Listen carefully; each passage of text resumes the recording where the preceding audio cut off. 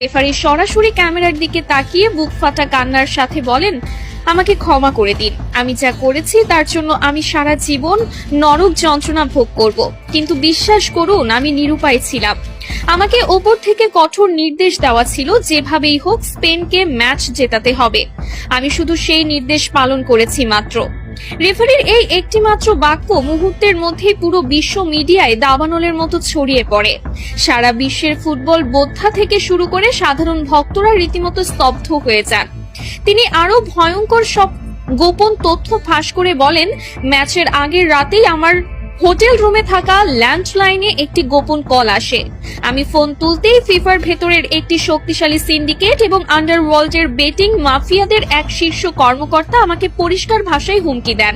তিনি বলেন, যদি স্পেন এই ম্যাচ না জেতে তবে আমার রেফারিং ক্যারিয়ার চিরতরে শেষ করে দেওয়া হবে।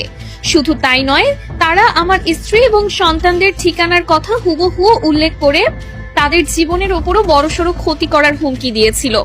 আমাকে পরিষ্কার ভাষায় বলা হয়েছিল, যদি তুমি কাল মাঠে আমাদের কথা মতো কাজ না করো তবে তোমার পরিবারের লাশও কেউ খুঁজে পাবে না।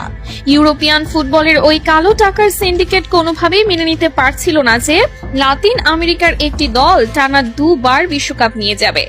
আমাকে বলা হয়েছিল যে কোনো মূল্যে যে কোনো অজুহাতে আর্জেন্টিনার খেলোয়াড়দের চাপে রাখতে হবে, তাদের স্বাভাবিক খেলা নষ্ট করে দিতে হবে। কান্নায় ভেঙে পড়ে এই রেফারি আরো বলেন, ম্যাচের বয়স যখন 93 মিনিট, এনজো ফার্নান্ডেজ যখন সামান্য একটি বল দখলের লড়াইয়ে ফাউল করেছিল, তখন আমার কানে ইয়ারপিসে ওপর থেকে সরাসরি নির্দেশ আসে, এটাই সুযোগ, আর দেরি করো না, ওকে সরাসরি লাল কার্ড দিয়ে মাঠ থেকে বের করে দাও। আমি নিজে মাঠে দাঁড়িয়ে অত্যন্ত কাছ থেকে দেখেছি, ওটা কোনোভাবেই লাল কার্ড দেওয়ার মতো অপরাধ ছিল না। আমি চেয়েছিলাম অন্তত VAR চেক করতে, কিন্তু আমাকে এয়ারপিসে VAR দেখতেও কঠোরভাবে নিষেধ করা হয়।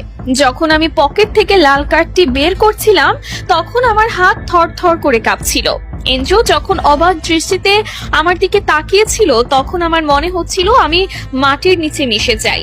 10 জনের আর্জেন্টিনা যখন বীরের মতো লড়ছিল, ডি পল আর ম্যাক অ্যালিস্টাররা যখন নিজেদের শরীরের শেষ রক্তবিন্দু দিয়ে স্পেনের একের পর এক আক্রমণ ঠেকাচ্ছিল, তখন আমি নিজেই ভেতর থেকে কুড়ে কুড়ে খাচ্ছিলাম।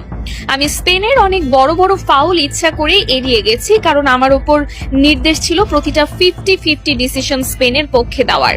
অতিরিক্ত সময়ে যখন স্পেনের ফেরান তোরেস গোলটি করলো তখন স্টেডিয়ামের স্প্যানিশ ভক্তরা উল্লাস করলেও আমার বুকের ভেতরটা অপরাধবোধে ভিন্ন হয়ে যাচ্ছিল।